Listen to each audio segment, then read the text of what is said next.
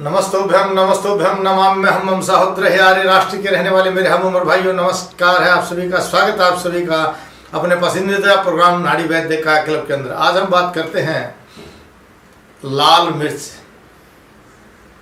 लाल मिर्च को संस्कृत में लंका कहते हैं, और लंका वैसे तो सोने की थी क्योंकि समुद्र के बीच में थी, वहाँ सभी खनिज, समुद्र से धातुएं रत्नें मिलती थी, इसलिए सोने की लंका कही जाती थी। लेकिन संस्कार के कारण, या यूँ कहिए कि एक व्यक्ति के कारण उस लंका को जलना पड़ा, यानी लंका बदनाम हो गई। इसी तरह से लाल मिर्च गुणकारी होते हुए भी अगर इसको ज़्यादा मात्रा में प्रयोग किया जाए तो ये हानिकारक हो जाती है। यही आयुर्वेद कहता है, किसी भी चीज़ का हीन योग और अति योग, यानी कम लेना भी और ज़्यादा लेना भी बीमारी का कारण है। आपको लाल मिर्च का गुण आज समझाते हैं। इस लाल मिर्च के बहुत फायदे हैं।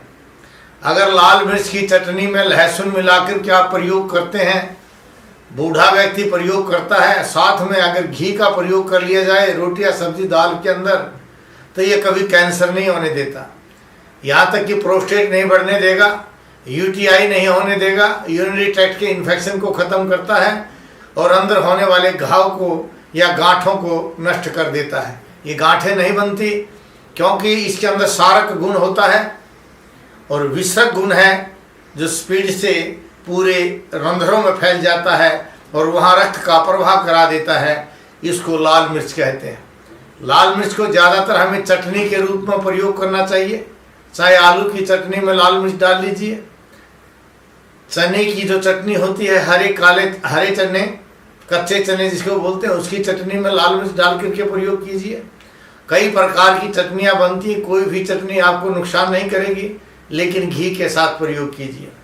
कितनी मात्रा में प्रयोग करना है, कोई भी मिर्च हो उसको उतनी मात्रा में प्रयोग कीजिए। जब आपको लैट्रिन के अंदर करते समय मल द्वार में खुजली अगर होती है, जलन होती है, तो समझो आपने ये मात्रा ज़्यादा ले ली, नहीं तो इसका कोई नुकसान नहीं होता है। एक बहुत अच्छा प्रयोग, एक घरेलू प्रयोग मैं आपको बताता हूँ लाल मिर्च का। अगर आपको पागल कुत्ता जिसको कहते हैं, डॉक्टर की दूरी आपसे है, वहाँ पहुँच पा नहीं रहे हैं, तो जहाँ आपको पागल कुत्ता काटता है उस स्थान को थोड़ा सा और छेद करके उस पर लाल मिर्च को बारीक पीस करके वो बांध दीजिए। और लाल मिर्च का कोई उसमें जलन नहीं होगा जब तक जहर का प्रभाव रहेगा। जहर का प्रभाव खत्म होते ही लाल मिर्च से जलन पैदा हो जाएगी, पीड़ा होने लग जाएगी।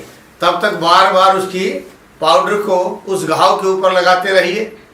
और अगर डॉक्टर के पास चले जाते हैं तो ठीक है, नहीं तो बीच में ये आप करके देखिए, तो पागलपन का प्रभाव आपके ब्लड में जाकर के शरीर पर पूरा प्रभाव नहीं डालेगा। इसी तरह नाक भी लड़ जाती है या बिच्छू या ततैया भी लड़ जाता है, तो वहाँ भी आप इसका प्रयोग कर सकते हैं। ये तब तक दर्द नहीं करेगा, तब तक जलन पैदा नहीं करेगी, जब तक आपको उस पागल कुत्ते का या नाक का या बिच्छू के दंश का प्रभाव हो, उसके जहर का प्रभाव हो, तब तक आपके इसके अंदर कोई जलन पैदा नहीं होगी। और एक और बीमारी जो अक्सर हम पहले कहते थे कि नज़र लग जाना है, नज़र लग जाने में भी अगर लाल मिर्च और राई दोनों इकट्ठी मिला करके मनुष्य के ऊपर से या बच्चे के ऊपर से 7 बार उतार करके अग्नि में जला देते हैं, तो अगर आपको नज़र लगी हुई है तो वहाँ आँखों में जलन नहीं होगी, नहीं तो आँखों में जलन हो जाती है जब हम मिर्च को जलाते हैं। चाहे आप छौंक लगाते हो तो भी आपने देखा होगा कि लाल मिर्च का छौंक लगाने से आंखों से पानी आ जाता है। आपको कभी भी छौंक में लाल मिर्च नहीं डालनी है। लाल मिर्च को अगर डालना है तो पाउडर बना करके, सब्जी बनाकर, दाल बनाकर बाद में डाल लीजिए, और इसकी चटनी बनाते हुए बीच में इसका प्रयोग करना चाहिए। तो लाल मिर्च कभी भी नुकसान नहीं करती है। मोटे आदमी को पतला करने के लिए लाल मिर्च का बहुत बड़ा प्रयोग है। चटनी, लाल मिर्च की चटनी बना करके उसके साथ घी की रोटी खा जाइए, आपको मोटा नहीं होने देगी, लेकिन दुबले व्यक्ति को भी ये ताकतवर बनाती है। और इसका सबसे बड़ा फायदा होता है, चेहरे पर लालिमा पैदा करती है, यानी आभा को बनाती है।